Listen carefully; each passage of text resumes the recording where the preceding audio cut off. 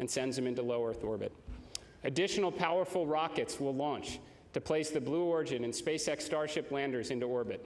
Throughout the duration of the Artemis III mission, these astronauts will continue to test the Orion spacecraft. They will rendezvous and dock with the Blue Origin lander, and then again with the SpaceX lander. Think about how many spacecraft, all of which will eventually carry human beings, will be in orbit at the same time. From Dragon, Shenzhou, Soyuz, possibly Starliner, Starship, and Blue Origin landers. This seems like the beginning of the future that we imagined as children. This seems like the very beginning of Earth's first Starfleet to me.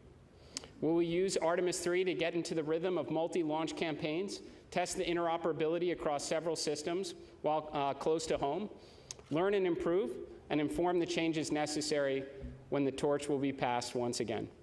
Now, preparations for Artemis III are already underway.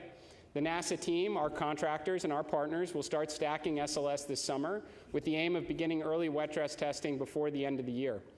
The interested public will be able to follow along through all the key NASA milestones, along with Blue Origin and SpaceX as they launch uncrewed tests of their reusable rockets, gather data, implement improvements, and converge upon the Artemis III readiness no earlier than this time next year. In parallel, we will not slow down. The expectation of your NASA should be that we can pursue and achieve many extraordinary objectives at once. In a matter of weeks, we will host another moon-based event. To set expectations, we plan to issue awards and provide updates routinely. In the not-too-distant future, we will be tuning in on the moon-based website, watching landers and rovers and moonfall hopper drones and other tech demonstrations and science payloads landing on a near-monthly basis as we practice the science of survival on the lunar surface. Alongside industry and our Artemis Accords partners, we will experiment with power, navigation, surface mobility, communications, and other critical systems as we learn what does and does not work in the extreme environment of the lunar South Pole. Now, coming up later this summer, America's next great exploration asset, the Nancy Grace Roman Space Telescope, will launch and venture out nearly 1 million miles into space with the aim of further unlocking the secrets of the universe. And there are further big science missions like Near-Earth Object Surveyor, Rosalind Franklin, and Dragonfly coming up on deck.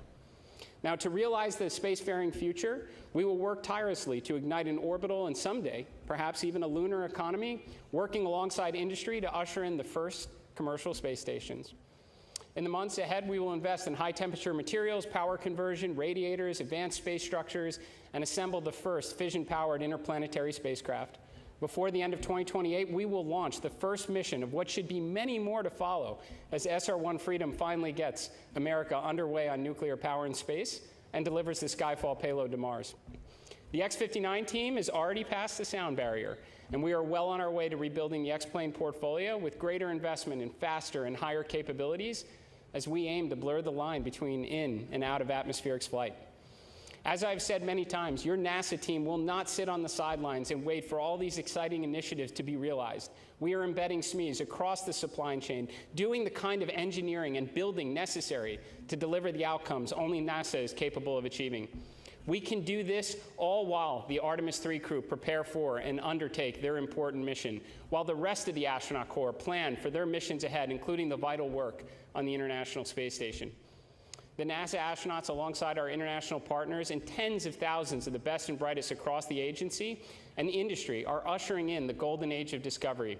They are carrying forward the hopes and dreams of the next generation, just as the Apollo astronauts did for so many of us. When Gene Cernan left the lunar surface on Apollo 17, he said, "We leave as we came, and God willing, we shall return with peace and hope for all mankind." Now, it's taken a little bit longer than he may have imagined, but we are returning, and we do so with the experience of Apollo, the lessons of Artemis II, the crew now of Artemis III, and the promise of what lies ahead, and our collective effort to build out humanity's first outpost on another world. So to the Artemis III crew, we wish you Godspeed on the journey ahead. You carry the fire of exploration from generations past, the confidence of this agency and the support of this nation, and the dreams of millions who will be cheering you on, knowing that what others believe to be impossible happens to be what we do best here at NASA. So ladies and gentlemen, welcome to the Artemis generation. And now I'll turn it over to Jeremy Parsons for an Artemis III update.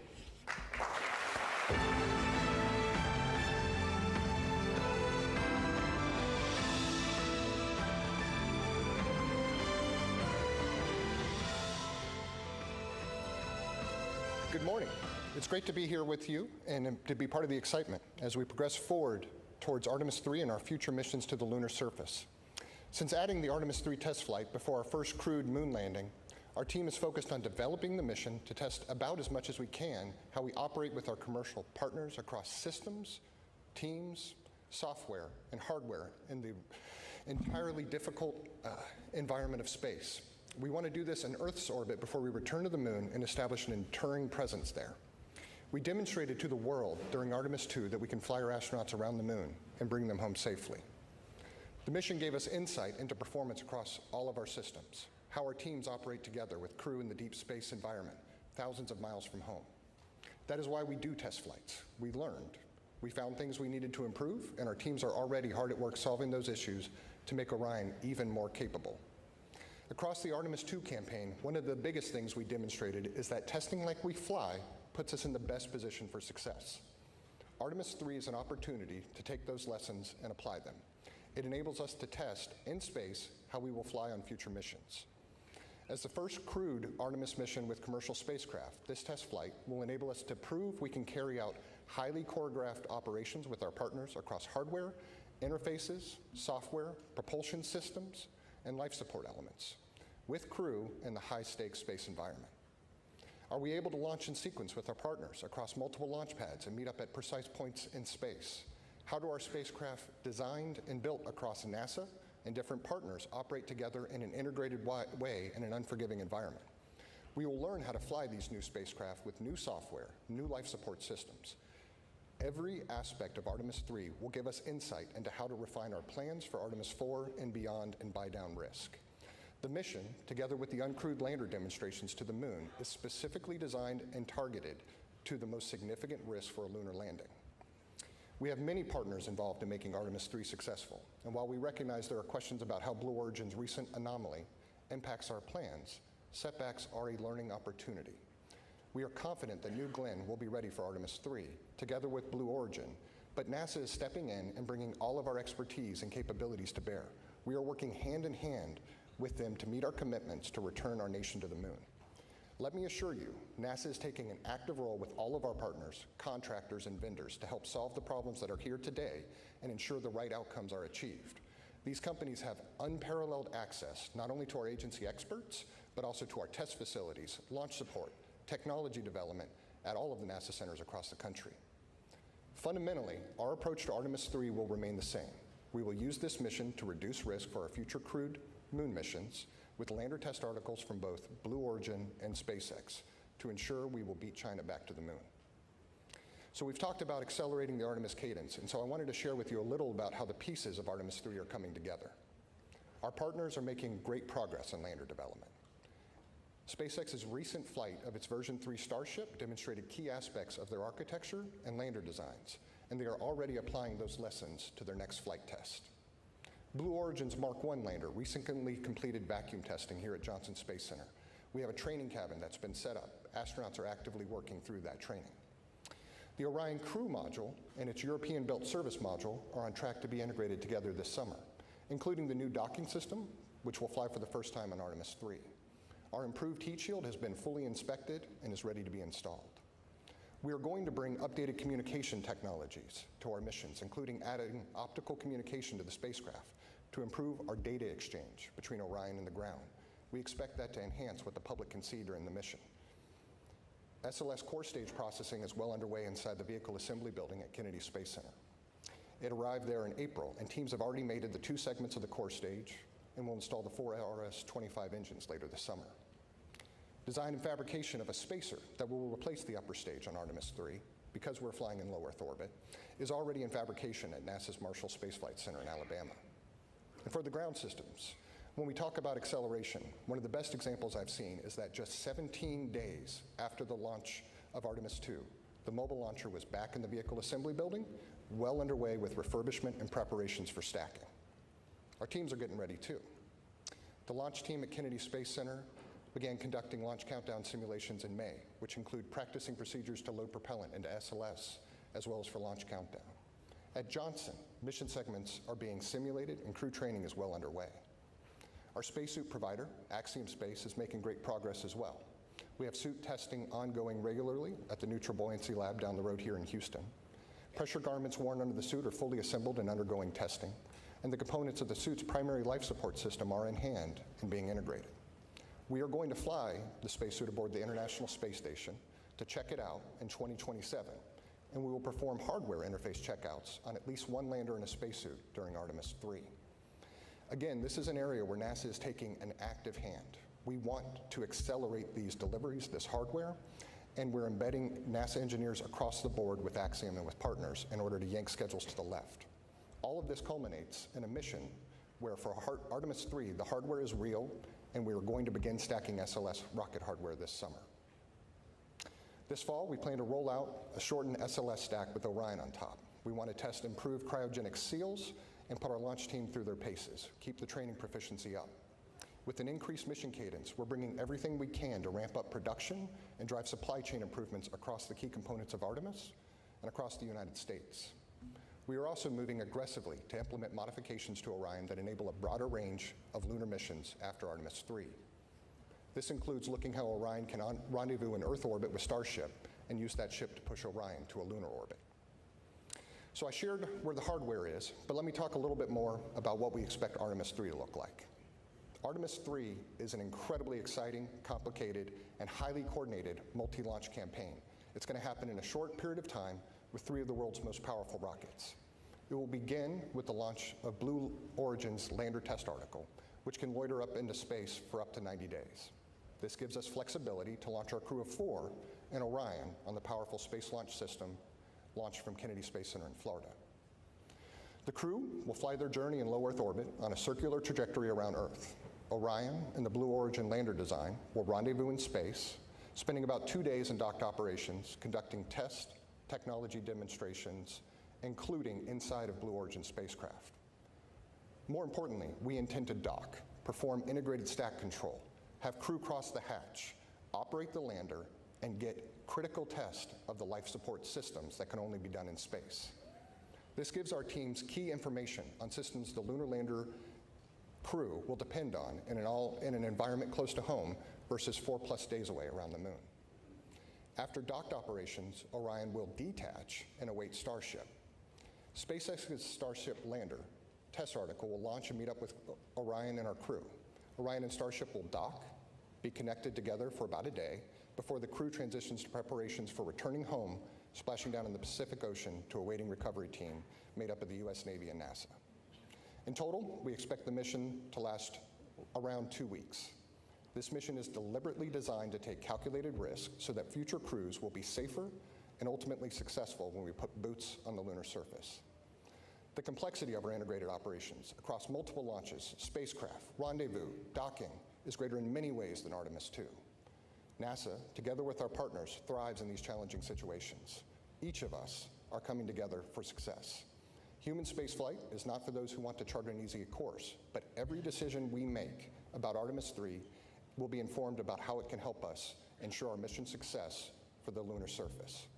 Artemis II reminded the world what we can do when we move together with clarity, discipline, and shared purpose. What the world saw was a successful mission. What we saw behind the scenes was years of coordination, planning, testing, problem solving, and collaboration with industry partners and government organizations. We are going to apply that same focus for Artemis III, and our teams are ready.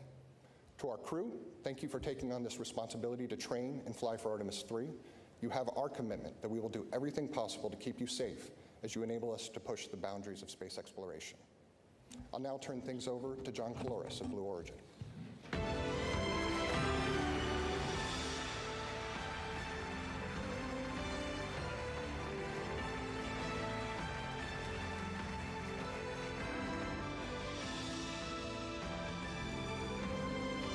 Thank you. As you know, we had a significant anomaly at our Launch Complex 36A on May 28th. The response from NASA, our partners, and customers has been extraordinary. We're making excellent progress on the investigation and pad cleanup. We'll begin rebuilding once cleanup is complete, while continuing construction at Launch Complex 36B. Blue Origin's lunar engineering and production teams are continuing the pace for production of Mark I landers for Moon Base and for Artemis vehicles, with multiple serial numbers in build. Mark 1 serial number 1 testing will conclude soon and will be ready for launch this year. The mission will demonstrate key components of our Artemis landers, such as our BE-7 engine. Artemis III is a major step that fills important objectives prior to our uncrewed landing on the moon in 2028, followed by our landing of astronauts that same year. On this mission, NASA and Blue Origin will demonstrate rendezvous, docking, hatch operations, ingress, and life support systems in low Earth orbit. This will allow the crew to gain familiarity with our lunar crew module and even practice operations such as suit donning in zero gravity. Manufacturing is well underway on the Artemis III Mark II lunar crew module, our storable reaction control system, our docking systems, and our environmental control and life support system. Our factories are running around-the-clock shifts in a responsible manner. Our vertical integration capabilities continue to produce hardware that feeds the production floor. We work very closely with NASA on engineering and testing support, with more to come. We expect to complete the vehicle for Artemis III and be ready for launch in 2027. Blue Origin is very motivated to be part of the journey of returning humans to the moon. We've redoubled our efforts and are moving forward. I'm thrilled that we're just moments away from announcing NASA's Artemis III crew. I'd like to also say that the moon is the 8th continent, and we will measure ourselves not only by our successes, but how we respond to setbacks. With that, I'd like to introduce my friend, Jessica Jensen from SpaceX.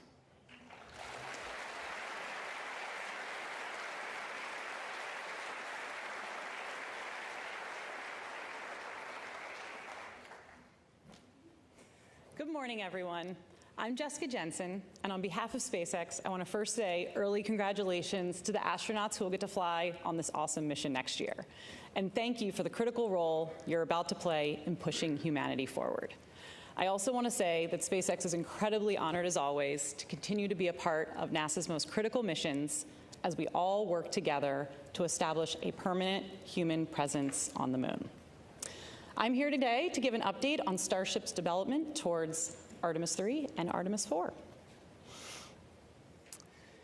We've made substantial progress towards developing Starship and preparing for the NASA HLS missions. We just flew our 12th flight test and successfully debuted version 3, or V3, of the Starship and Super Heavy booster, along with the new Raptor 3 engines and a new launch pad, all of which were developed through years of ground and flight testing.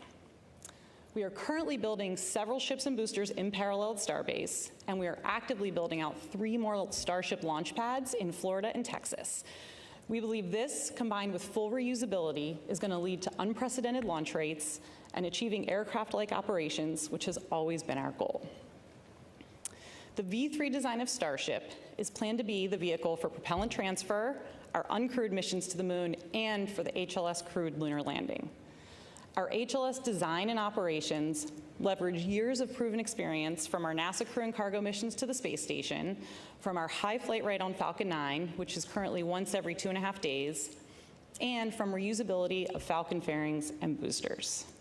Additionally, the docking hardware we're using for HLS is nearly identical to what we use currently on Dragon, and many of the rendezvous and proximity sensors that we're going to use for prop transfer and HLS have been flying on Dragon missions for many years. We're also actively building our first flight fidelity Starship HLS cabin at Starbase. The primary structure is assembled and prepared to be outfitted with key functional systems like avionics, power, life support systems, and more to come in the next few months.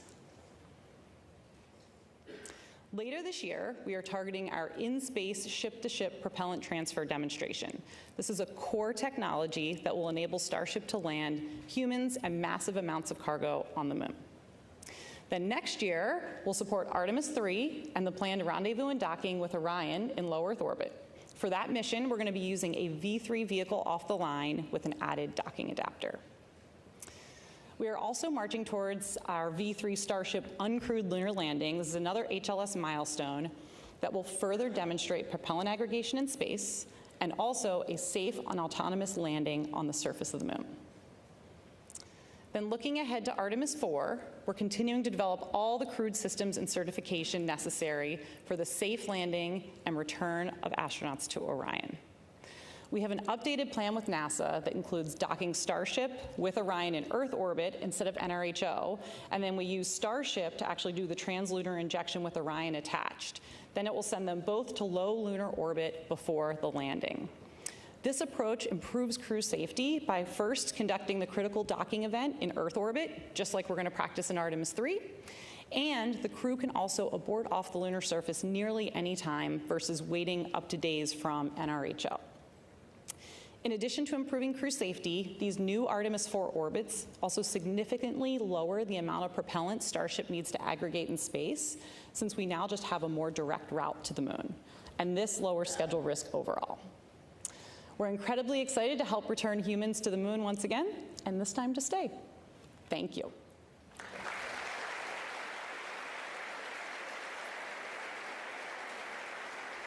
And now I will turn it over to Dr. Nikki Fox, head of NASA Science. And she is going to talk about Artemis III science.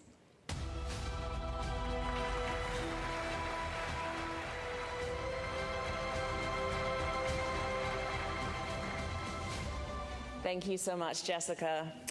Well, while Artemis II was all about moon joy, Artemis III will be all about Earth joy. We will be studying the route from Earth, and our Artemis III crew will be our mission scientists. Since Artemis III is a technical mission, the science we will be doing will look just a little bit different. We will study Earth's atmosphere, the environment around Orion during the mission, and the impact of space's influence within the Orion capsule. We're going to use this flight to buy down our risk for landed missions by developing our science processes, procedures, and readiness specifically for Orion to ensure the health and safety of our astronauts and spacecraft for our future Artemis missions. And the best way to do it is by taking real data that is uniquely enabled by this mission. For this technical and complex mission, we will focus on how we can better work with the unique Orion capsule and test and establish the necessary groundwork prior to landing on the mission with Artemis IV.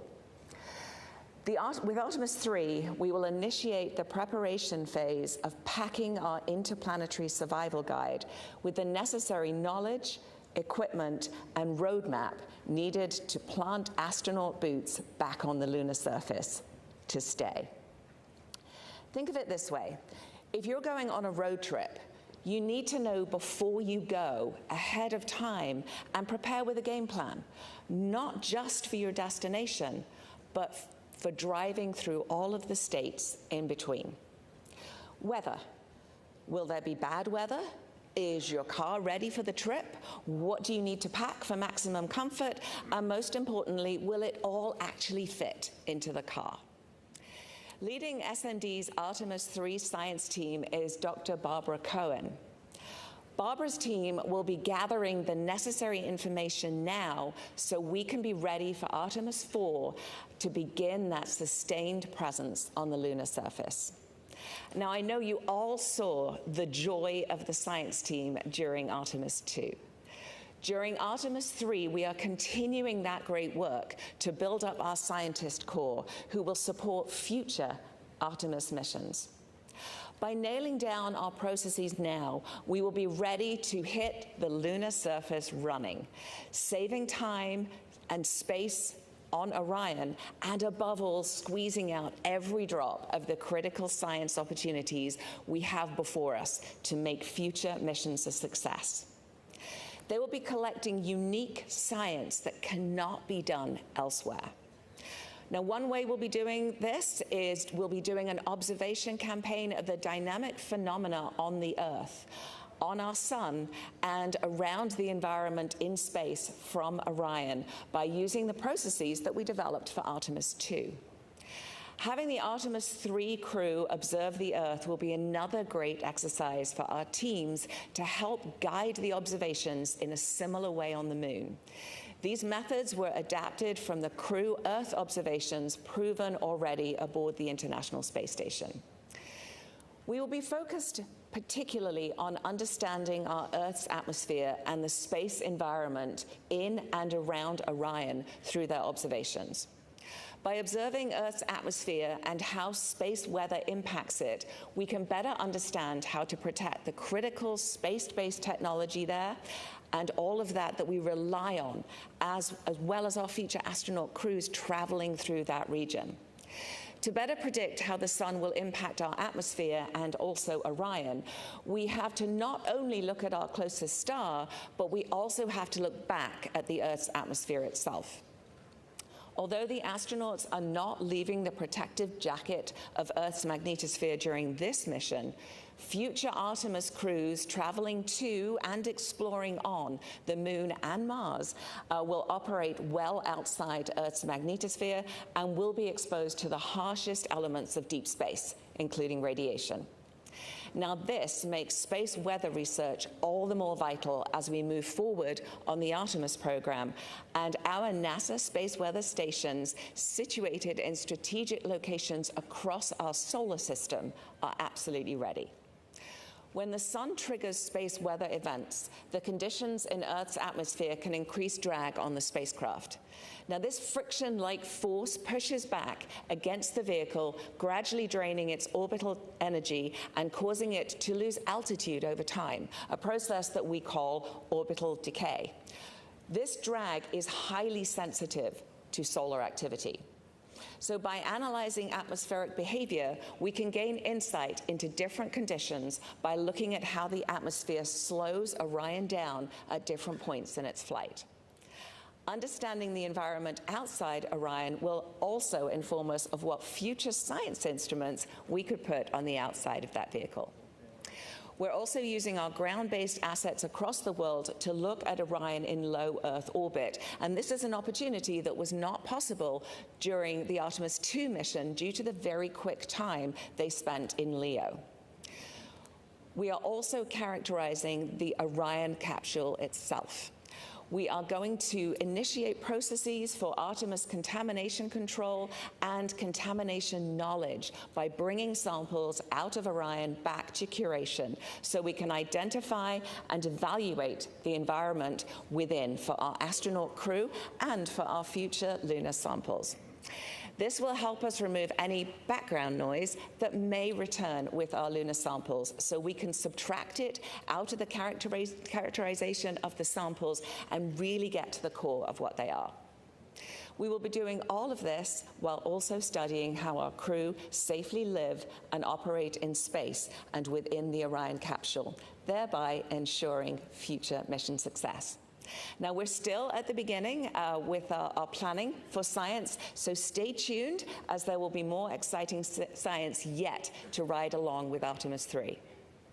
I am extremely excited for NASA to build upon the success of Artemis II and then Artemis III and to explore more of the Moon, to build that sustained presence and to build our moon base to prepare for the next giant leap, human exploration of Mars.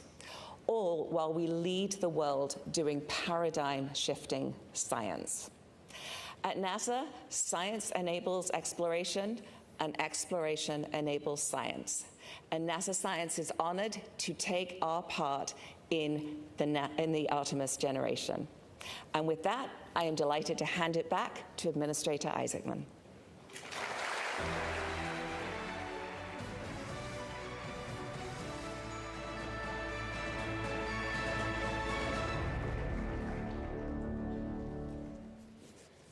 Okay.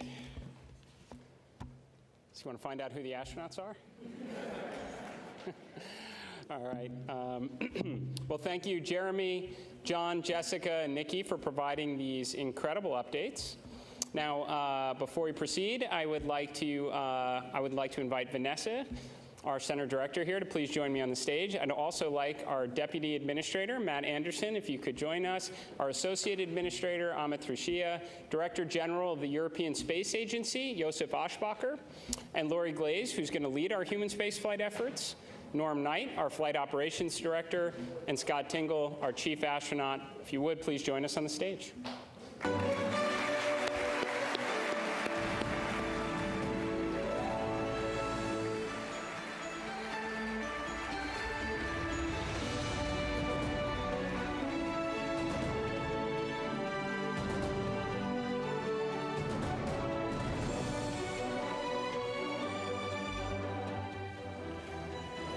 Now, alongside the prime crew, we have a backup crew member who will train shoulder to shoulder with them to ensure mission readiness and continuity. Test pilot, Air Force colonel, and former SpaceX Crew 4 pilot stands ready to join the team if necessary, Artemis III backup crew member, Bob Hines.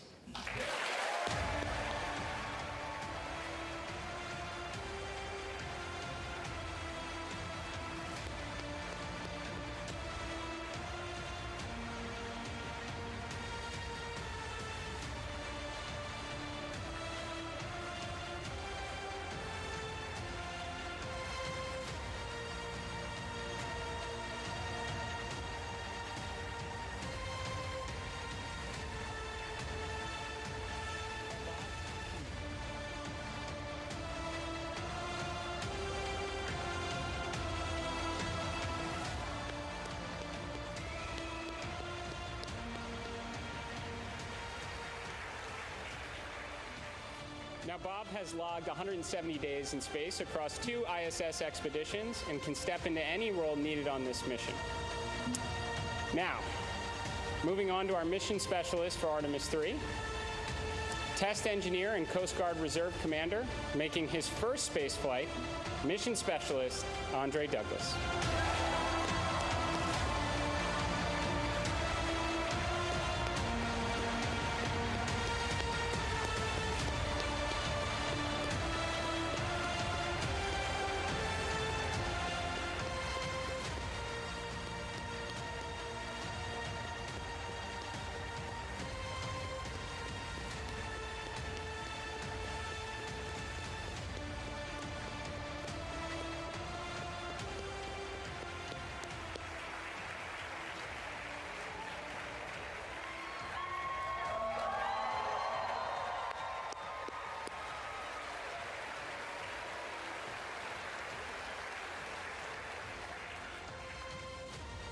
And we have Army Black Hawk helicopter pilot, family medicine physician, and record-setting astronaut, mission specialist, Colonel Frank Rubio.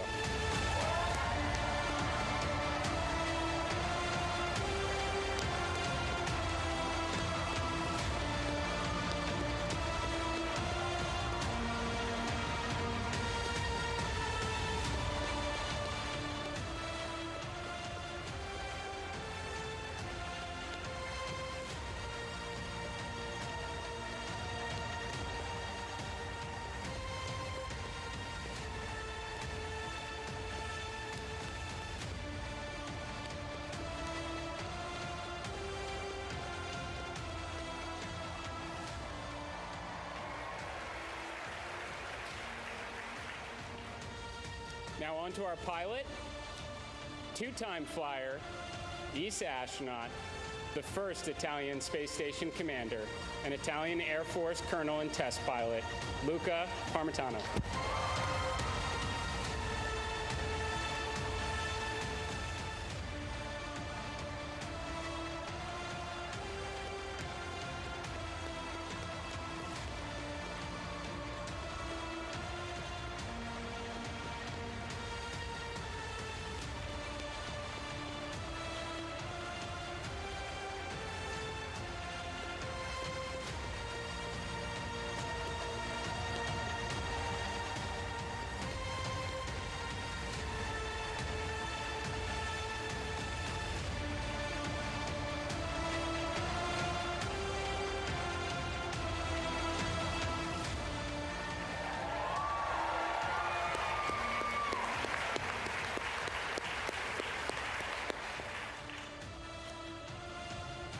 Now to our commander, two-time astronaut, former space station commander, Marine Corps colonel, and test pilot with more than 7,000 flight hours, Artemis III commander, Randy Bresnik.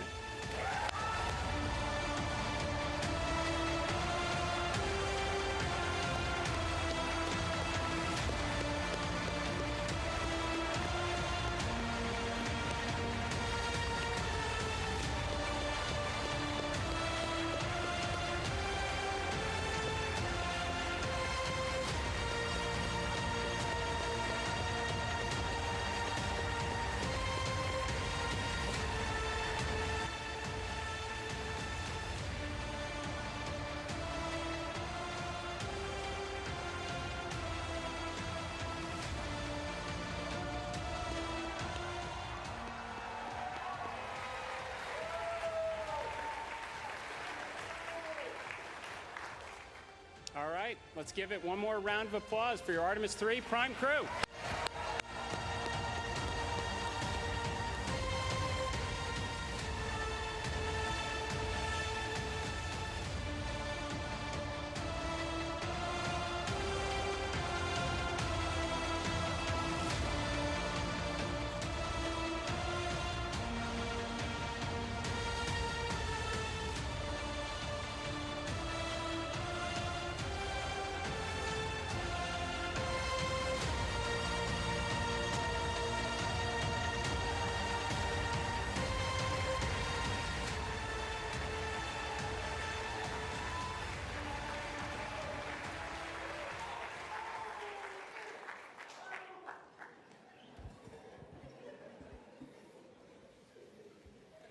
Randy, Luca, Frank, and Andre, I am excited to welcome you as the next crew in the Artemis journey to successfully return to the moon, this time to stay. This mission will be one of the most complex that NASA has undertaken, and we are counting on your courage and your dedication in fulfilling this critical role. It also underscores the importance of both international and commercial collaboration. This crew is comprised of astronauts from NASA and ESA, and they will train together to develop their expertise in multiple spacecraft from our commercial partners. All of this while working hand in hand with the flight control team that works tirelessly to manage risk, ensure crew safety, and of course, mission success. This multifaceted integration demonstrates that we will go farther faster when we go together. As the Director of Flight Operations, I have the opportunity to get to know every astronaut as well as many of the team members that support our missions and other critical integral roles. These integrated teams are the backbone of the mission, working as a single entity to accomplish the mission objectives while aligning to crew and vehicle safety.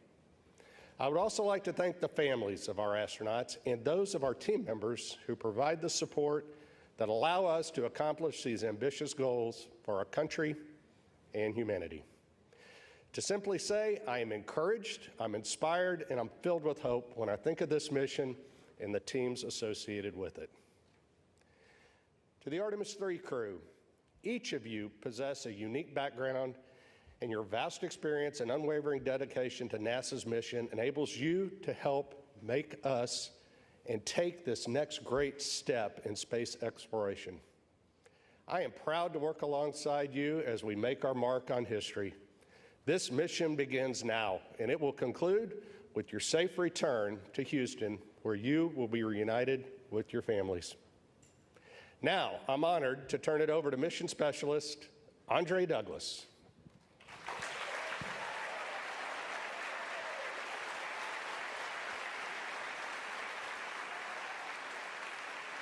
Wow, what an amazing day it is today. My brain, it is going a mile a minute right now, but my heart, it is so warm.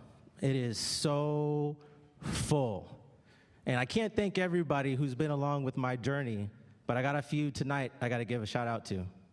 So Mom, thank you so much for believing in me, this whole time. All these years, you prayed for me, you thought about me, and I always appreciate that. And Dad, that work ethic that you showed, that work ethic, I was trying to emulate you. You. Thank you so much. Oh, by the way, happy early Father's Day.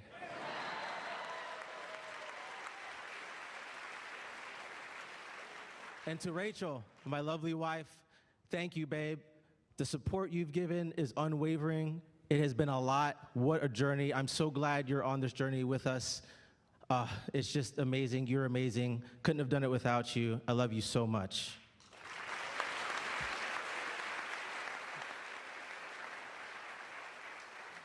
And to my boys, if you put in the hard work and you think big, you can do just about anything you want to do. Surround yourself with good people.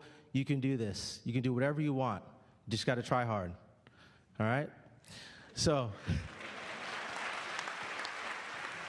I don't have enough time to go through everybody out there, but we really appreciate you guys supporting us. This mission is going to be fantastic. What an excellent crew. Very proud to serve with these gentlemen. Very fine crew. And go Artemis, go NASA.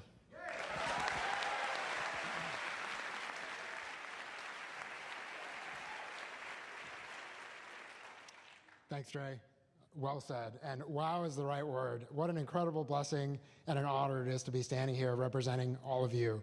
And I'd just like to take a quick second to say thank you, first and foremost, to my wife and our 4 amazing kids. Thank you for your sense of adventure and your resiliency. You guys have made all of this possible. To our...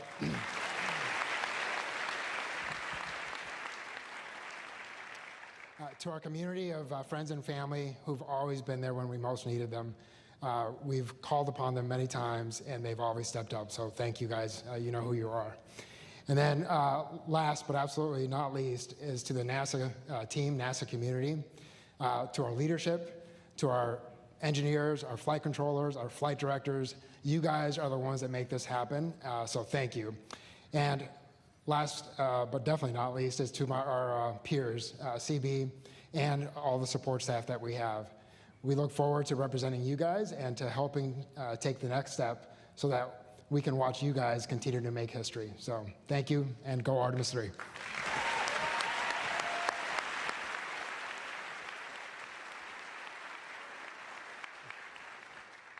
I apologize in advance if I get emotional. I'm honored by the role that I've been given. I'm also very humbled by the task in front of us. But first and foremost, I'm grateful. There are many parts that need to come together for a space launch. And you need a launch pad. And for me, that launch pad is my country, Italy, its education system, the Italian Air Force that gave me the professional tools to bring me here today, the Italian Space Agency that gave me the first flight to put those skills to proof, and for that I'm very grateful. The European Space Agency is like a launch tower, connecting these two worlds, building bridges, its very nature is to build relationships and building bridges, connections, and to elevate individuals to achieve their full potential. The rocket, figuratively and literally, is NASA. I'm grateful that NASA has allowed me to be part of this incredible group of people, of this crew, and for letting me fly. But we wouldn't be going anywhere without fuel, and the fuel that lets everything move is right here. Maya, Sarah, Marta, my extended family here in the crowd. You are the energy that feeds my soul. And your love is the spark that ignites every passion. Thank you. Grazie.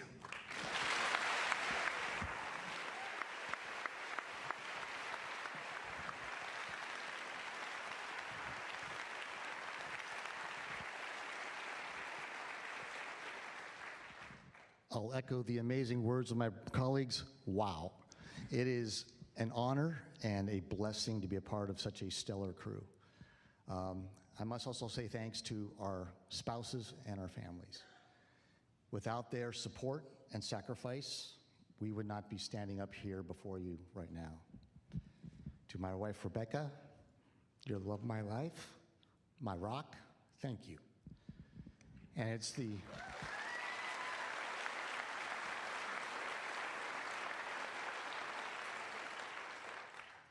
it is their support of our families that's going to carry forward from today when we start training very soon.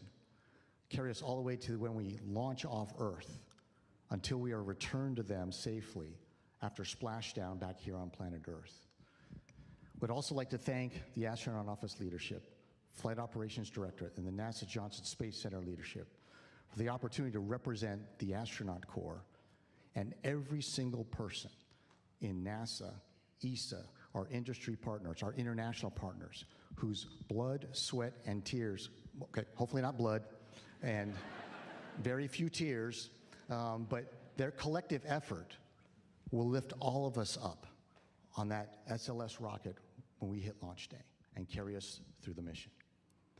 We'd also like to thank NASA leadership and our ESA leadership for the opportunity to represent all of humanity from this spaceship Earth that we will carry forward into the Artemis, as we execute this Artemis mission, extending human spaceflight into the future and exploring the cosmos. Now, spaceflight is hard, and that's why the most important Artemis mission will always be the next Artemis mission, where we are doing flight tests on every single flight, incrementally determining the flight envelope, expanding it, proving out capabilities, and making the operational procedures that we have more and more precise. Because every single mission we will do after this will be more challenging and more complex. We are certainly humbled as a crew to be able to be your crew that executes this Artemis III mission in space, being that unifying link between the phenomenal Artemis II mission we just had 2 months ago and the Artemis IV mission that will follow ours, where we will again be the first to land humans on another celestial body, that celestial body being our neighbor in the sky at night, the moon. Thank you.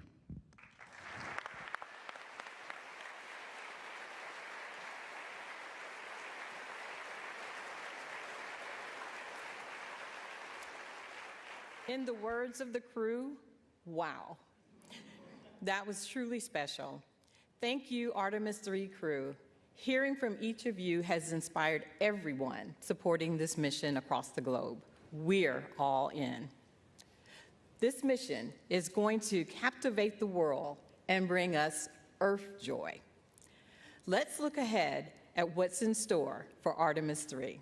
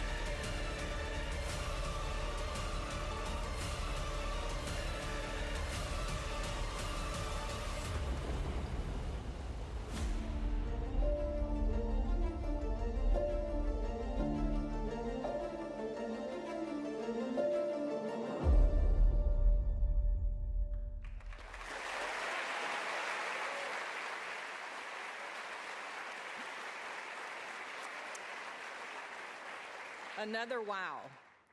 Artemis brings us together, uniting partners from around the world in pursuit of a common goal. With that spirit of global collaboration, I would now like to invite ESA Director General Josef Aschbacher back on stage for a few remarks.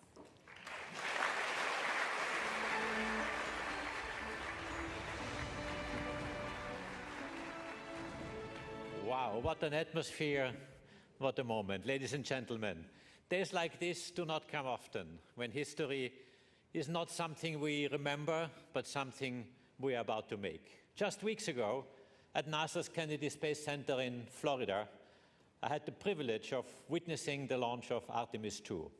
It was an unforgettable moment. Artemis III will be a different mission, but no less remarkable. Before anyone sets foot on the moon, someone has to make that possible. That responsibility now rests first and foremost with NASA, but also with the crew we are honoring today. The crew will test what has never been tested at this level. You will take a system of extraordinary complexity and make it work as one. In many ways, you are unlocking the lunar landing itself. And for us at ESA, there is real pride in knowing that alongside the NASA commander, a European astronaut will also be at the controls of this mission. ESA and NASA do more than cooperate. We build dreams and spacecraft together. The European Service Module carries Orion forward into orbit to the moon. Shared ambition made tangible in hardware. And on Artemis III, our partnership is in the capsule as well. It's Luca, a test pilot by training with 2 missions to space, a commander of the International Space Station. He has seen spaceflight from every angle that matters. Colonel in the Italian Air Force, combat ready, qualified, highly decorated, a proud father of 2 daughters. And he has been tested. During a spacewalk early in his career, his helmet began to fill with water, a dangerous situation by any standard. He handled it with calm and clarity and brought himself back safely.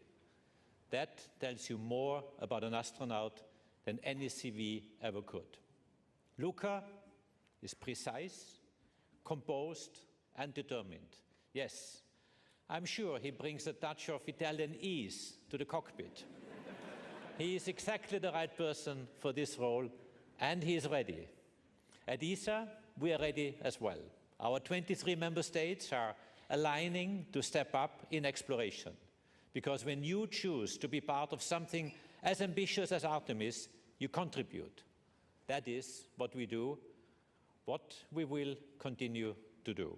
But today is not about programs. It is about people, those who once went to the moon and those now preparing to return.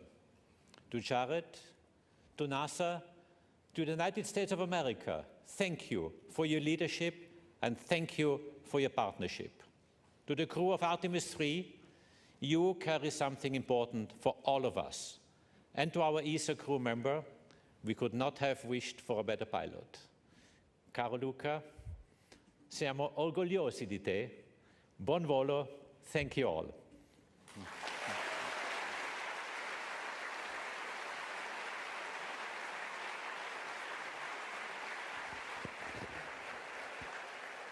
Thank you, ESA Director General Aschbacher. Let's now take a look at some special messages recorded by Senator Ted Cruz, Chairman of the Commerce, Science, and Transportation Committee, and Representative Brian Babin, Chairman of the House Science, Space, and Technology Committee. Congratulations on being chosen for the Artemis III mission. It's a big damn deal.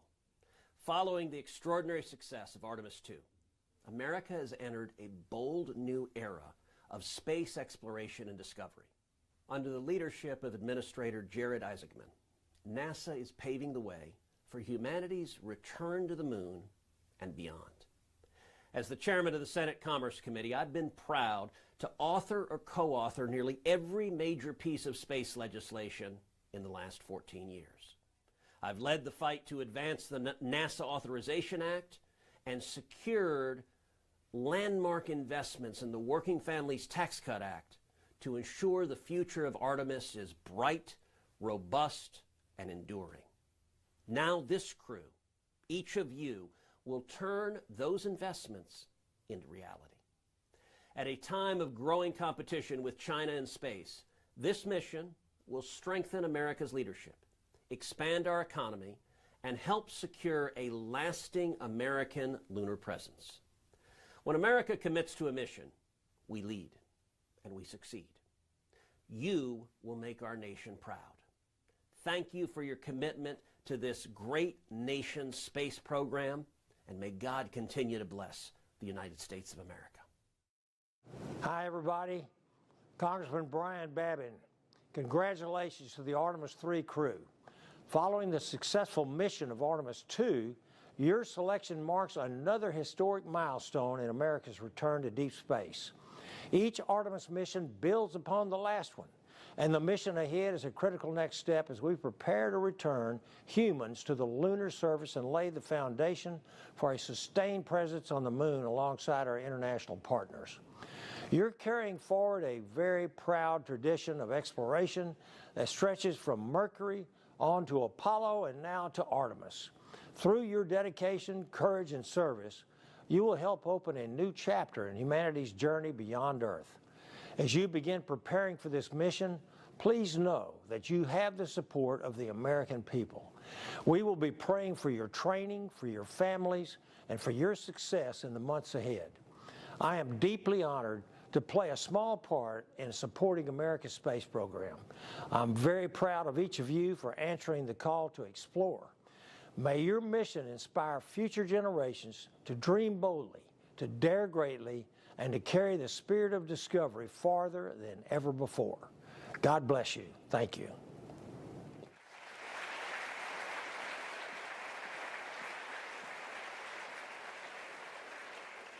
The story of human space exploration continues to inspire, and the momentum carries forward as the spotlight turns to the remarkable crew assembled here today. Randy, Luca, Frank, and Andre, we have a special group of people who would like to share some words with each of you. Joining us now, we have some of the Artemis II crew. Please help me in welcoming Reed, Victor, and Christina.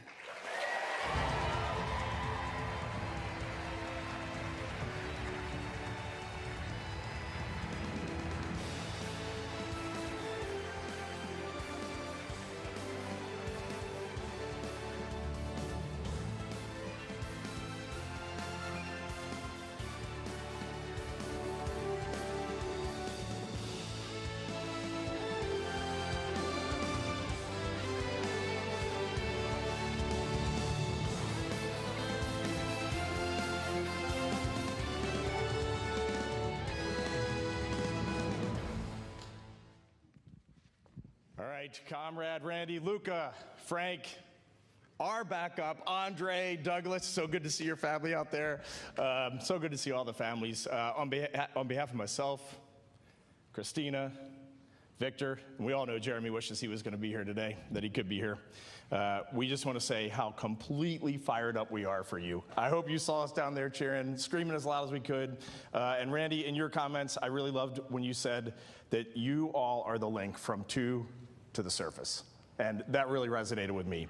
And you guys know, because you work in the office, we've been carrying these batons around for way too long. And so with that, the Artemis II crew, comrade, hands you the baton. You got the controls.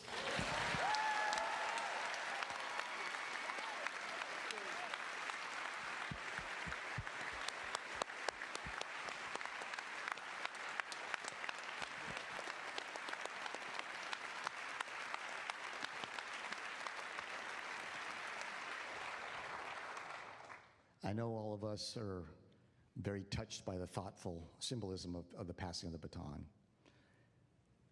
But I think now, after your mission, you're passing us something far greater. The world watched your mission. And over the course of those 10 days, we saw how you inspired people worldwide. You saw how something was ignited within people. It was ignited within all of us by watching your mission.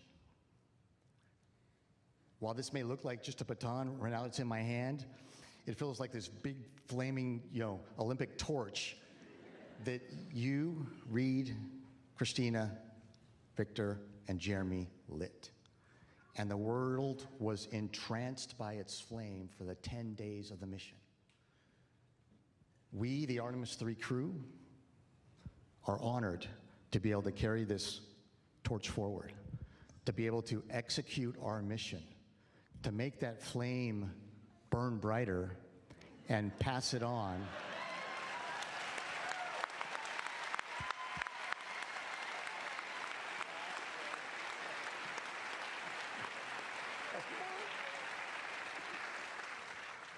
And be able to pass that flame on to the next crew that's out here. And so it is our distinct honor and privilege, and echoing the immortal words of Apollo 11's Michael Collins, to be carrying the fire through the next Artemis mission.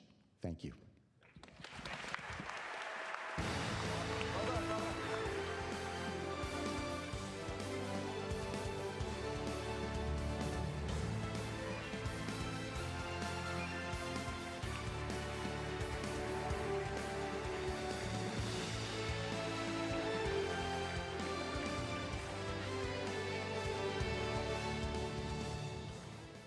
What an incredible moment. As we wrap up today's announcement, I'd like to thank our amazing speakers and our esteemed guests, and most of all, our Artemis III crew, Randy, Luca, Frank, and Andre.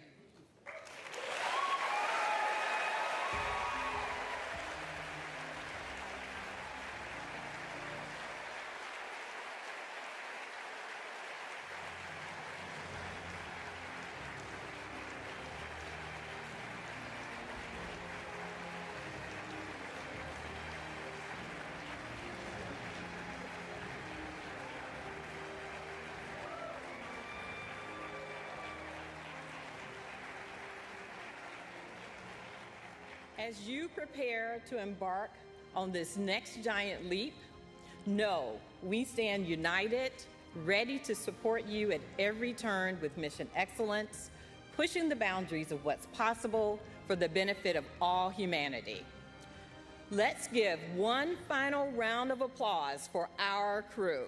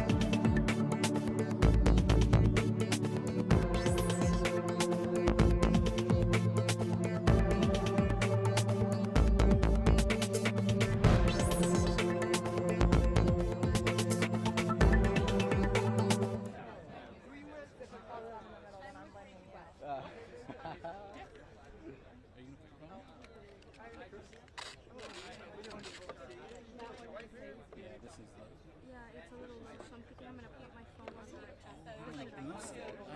Are you sure? Maybe something else? hung up and Wider one, shorter one?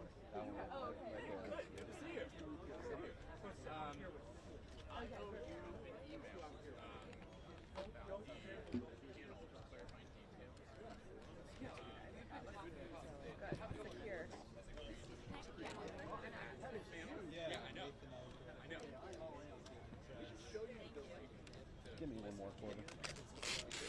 Double-sided or normal? Yeah, double-sided.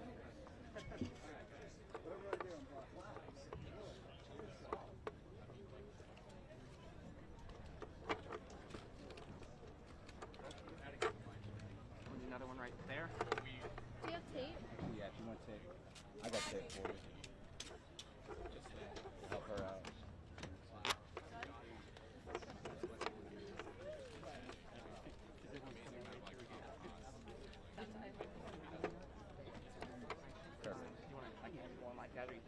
No, it's good. I don't want to do one. See, like I want to put like that. Thank you. I think that would be best. Well, I'll make sure that I don't. And that's fine. Yeah, take that piece of tape off. I got this. Go ahead. There you go. Okay. Here, flip that around. Yep. Perfect.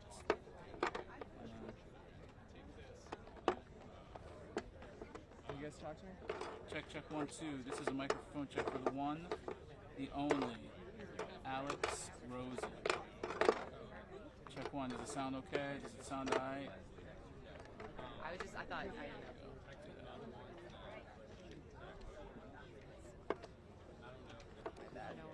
I know. I don't either. I know. You want to move that thing? That thing's not going to work there. Here. Yeah, that's alright. Just. And then I could use this to. Just in there. Just tape it there. That's not gonna. It'll be fine. There. That's fine. Alright, I'll use my phone. You sure? Yeah, yeah. So yeah, appreciate the flexibility as we've been trying to tighten move that. Yeah. I think that's not really much better. Take your own. Yeah. Don't worry. It's just it sounded really empty. And then the dinner too, right? You're gonna be at the VIP dinner. Well, we're not doing plus ones because it's so tight. Yeah.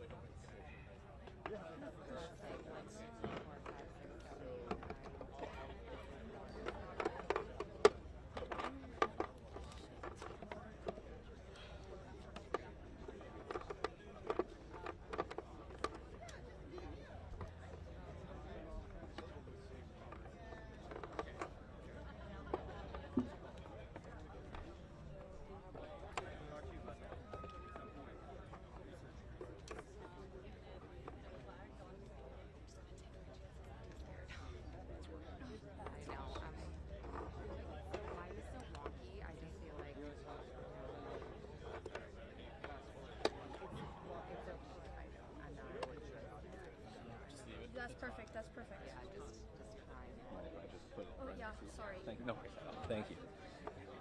Oh, sorry. Yeah, it's like make sure it's. Yeah, no, it's all good. We are rolling.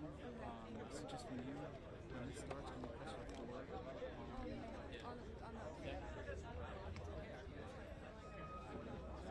You good with that? Yeah. Is it long enough?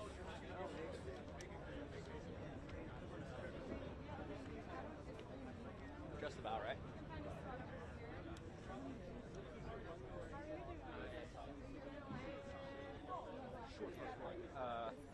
Which one is it? behind the sun. Wires. Oh, sorry. If you just want that, like, maybe. Sorry. No, all good. Just make it a little more neat. Perfect. Thank you very much. Thank you.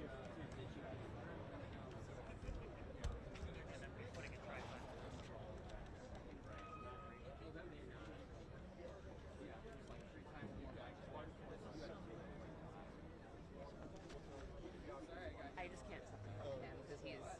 Oh, I'm so sorry. I'm so sorry.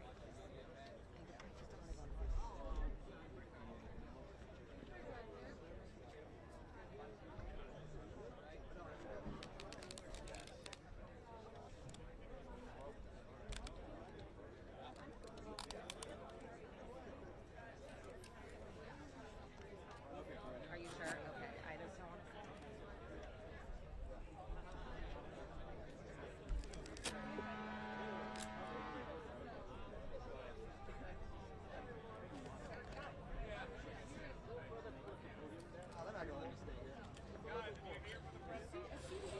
Is there anything that I can do for you? Trying to tape together this makeshift till we get it. Oh. Thank you again. Thank you guys. I can't get it. Because it's like, it's fine. I'm just scared that they're going to touch it. And it's gonna. They will for sure touch it. And I understand the fear because they will. I mean, maybe this mountain of microphones will keep them away from it. But hopefully. Yeah, because the two mounts that I have, I've used. That's okay. Thank you. Yeah, I'm just like trying to like get it to work, balance it out. It's hard to rip this tape. Are you trying to get it higher or no? No, just trying to secure it now. This is the highest it's gonna go. Okay. Yeah, this feels like. Yeah, I already said that was. I already, yeah. The most I've seen in one. You did actually. Can I have my hand? Wherever you can. Yeah. No. People have been Fighting about space. Yeah. Over here seems like there's more space because the arms went in. I don't know how you're gonna edit it. It's like it's good like this. I don't want to. This is somebody's mic, so. Yeah. Yeah, I understand this. I'm over here. However you want to do it. واحد اثنين ثلاثة واحد اثنين ثلاثة تسمعني؟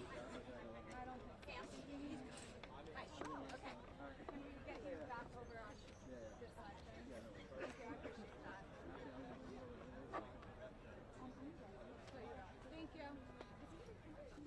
Yeah, I didn't last long.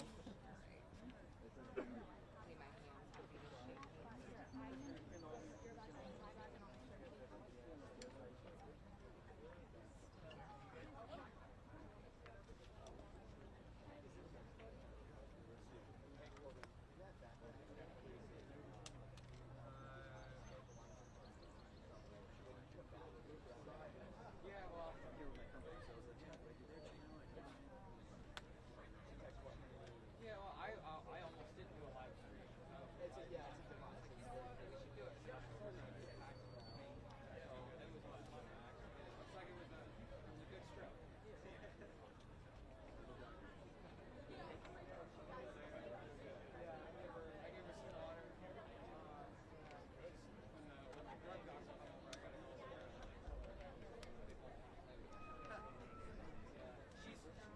She's got almost 2,000 trail miles on her. We hike up and down in East Coast, Midwest, stuff like that. She's got about 2,000. Oh my gosh, yes, absolutely. No, absolutely. You got it. Of course. No, pat me all the time. Like, push me out of the way. Like, I went from being able to push her with one hand to right now. yeah, guys, so just warning you, I do not have a microphone at the podium, so this was a last-minute decision to live stream, so I am not offended if you jump off because you're not satisfied with the sound. We will wait and see.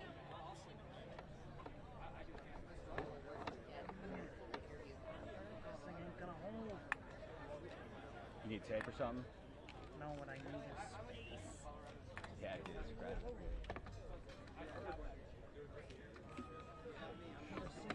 rabbit in my life.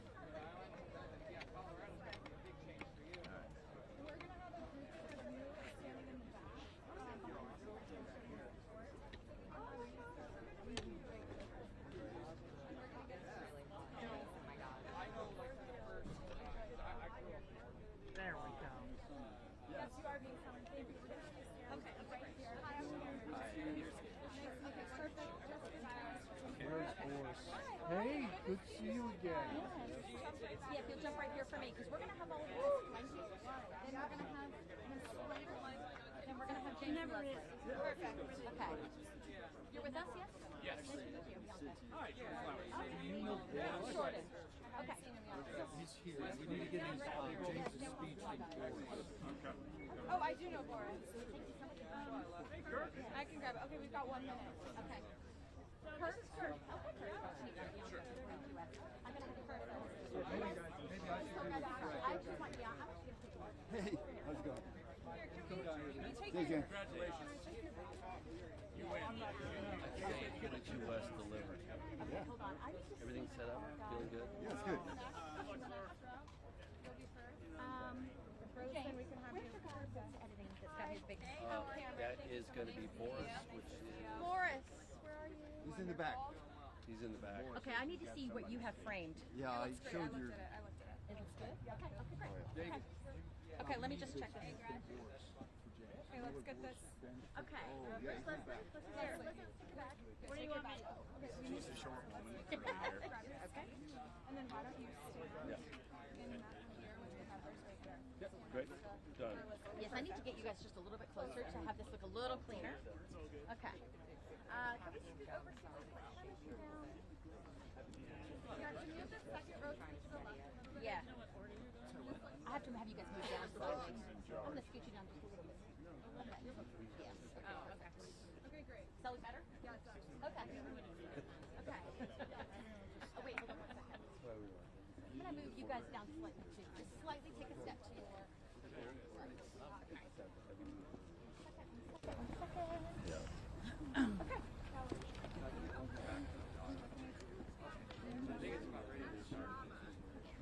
All right, guys, here's the main event that you guys came for. You good to go?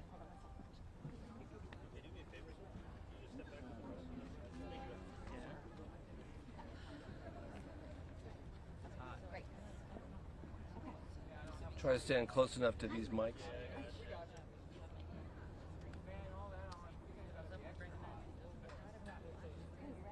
You good to go? Good afternoon. Thank you all for attending this historic event.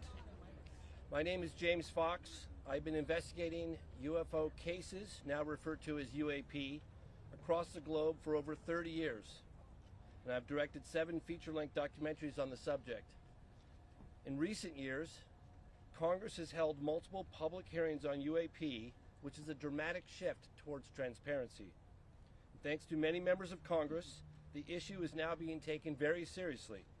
We, the people, are finally hearing accounts in a credible setting from first-hand U.S. military personnel about highly advanced unknown craft that fly rings around our frontline fighter jets.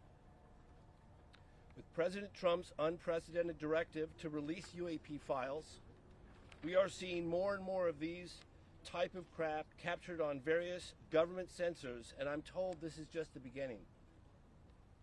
One of the aspects to the phenomenon that's spoken about with less frequency are close encounters of the third kind.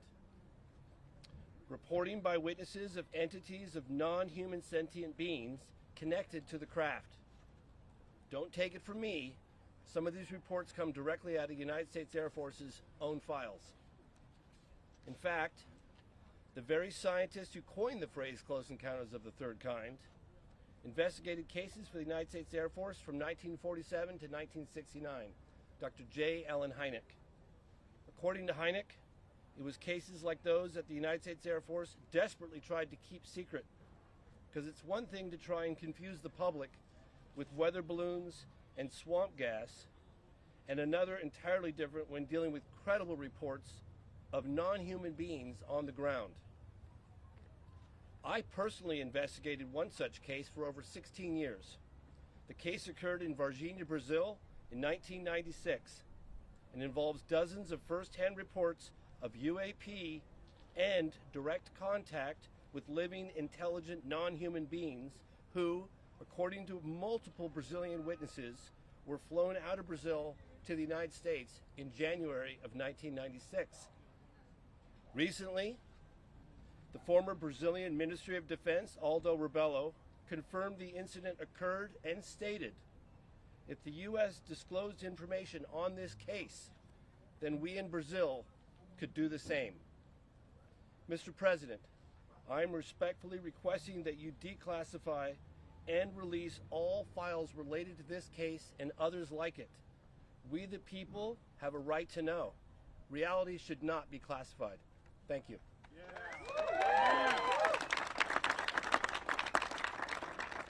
Hi everyone, thank you for being here today, and I just want to say, especially for the members standing behind us, as you know, this Congress, we were given permission to stand up the task force on declassification of federal secrets.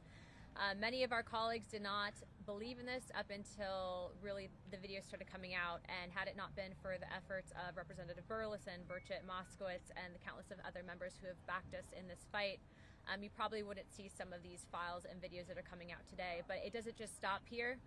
For some time, we've been pushing for there to be legislation, whether it be whistleblower protections or the UAP Disclosure Act, and it's been time and time again stonewalled by various intelligence agencies and staff within the House of Representatives, which is why we are grateful to the administration and their effort, as well as Stephen Miller's office, in pursuing the truth, something that we all should deserve transparency on. And so our next call to action will be that we are meeting with the White House. We are requesting that whistleblowers receive temporary immunity or permanent immunity, and if they are able to divulge whether it is locations of craft and or advanced technologies.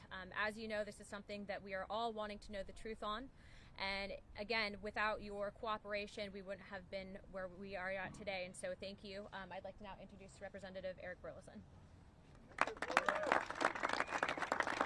Thank you all for being here today. I want to first begin by thanking everyone that's here, and I want to thank my colleagues behind me, this task force. We could not do this without the incredible leadership of Representative Luna and my colleagues on the team. We also wouldn't be here today if it weren't for the brave men and women who have come forward as whistleblowers, who have plowed that soil. We wouldn't be here without these individuals. And we also wouldn't be here celebrating the victories that we have were it not for President Trump. We finally have a leader that the American people can trust to challenge institutions that have grown far too comfortable operating without accountability. For decades, the American people have been treated like children, told that our government secrets that they don't get to know. Don't ask, don't expect answers, just trust the process. Well, the American people are done with that answer, and I'm done with that answer. Over the last 3 years, we have made more progress on this issue than at any point in modern history. We've held hearings. We've reviewed